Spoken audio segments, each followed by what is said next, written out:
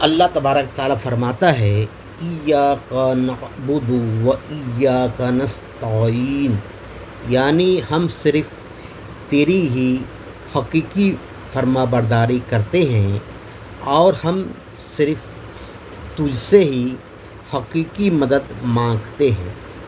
اس آیت میں حقیقی فرما برداری اور حقیقی مدد کا ذکر ہے، نہ کہ مزاجی فرما برداری اور مزاجی مدد کا۔ خالق اور مخلوق کے درمیان فرق حقیقی اور مزاجی کا ہے۔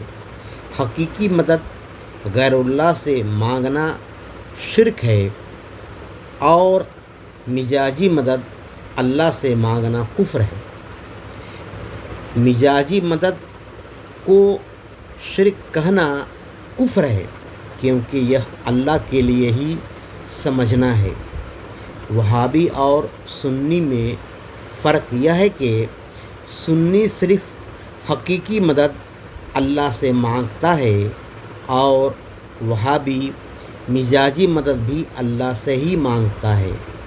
اسی لیے وہابی سنی کے نزدیک اللہ سے مزاجی مدد مانگنے کے سبب کافر ہے اور سنی مزاجی مدد اہل اللہ سے مانگنے کے سبب وہابی کے نزدیک مشرک ہے۔